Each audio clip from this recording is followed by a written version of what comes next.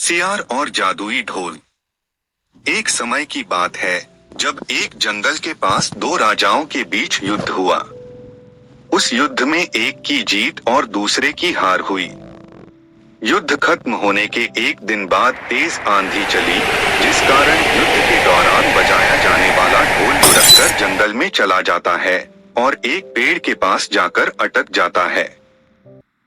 जब भी तेज हवा चलती और पेड़ की टहनी ढोल पर पड़ती तो ढमाढ़ की आवाज आने लगती थी।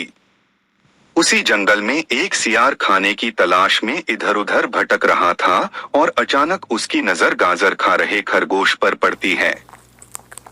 सियार उसे शिकार बनाने के लिए सावधानी से आगे बढ़ता है। जब वह खरगोश पर झपटा मारता है तो खरगोश उसके मुंह में गाजर को फंसाकर भाग जाता है। किसी तरह से सियार गाजर को मुंह से बाहर निकालकर आगे बढ़ता है तो उसे ढोल की तेज आवाज सुनाई देती है।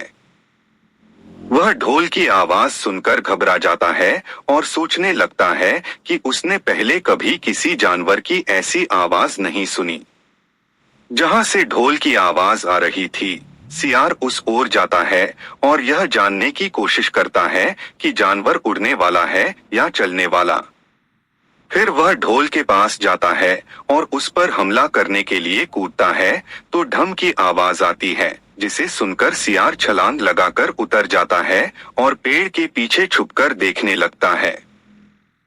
कुछ मिनट बाद किसी तरह की प्रतिक्रिया न होने पर वह फिर से ढोल पर हमला करता है और फिर से ढम की आवाज आती है और वह फिर से ढोल से कूदकर भागने लगता है, लेकिन इस बार वह वहीं पर रुककर मुड़कर देखता है। ढोल में किसी भी तरह की हलचल न होने पर वह समझ जाता है कि यह कोई जानवर नहीं है। फिर वह ढोल पर कूद कूद कर ढोल को बजाने लगता है।